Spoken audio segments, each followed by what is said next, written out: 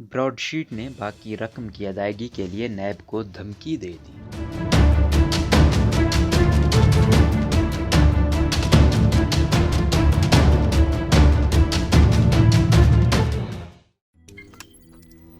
روزنامہ قدرت کی ویڈیو دیکھنے کے لیے ابھی یوٹیوب چینل پر سبسکرائب کریں اور بیل آئیکن پر بھی کلک کریں۔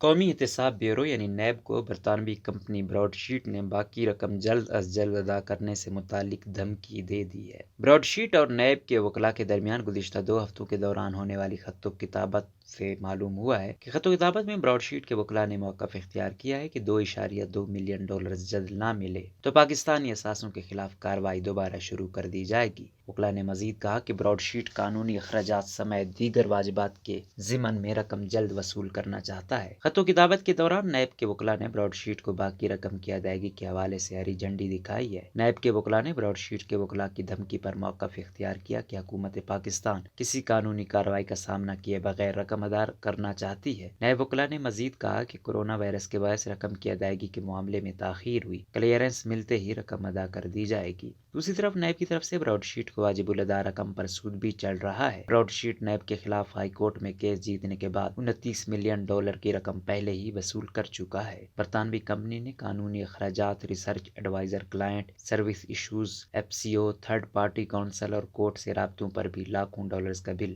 بنا دیا ہے۔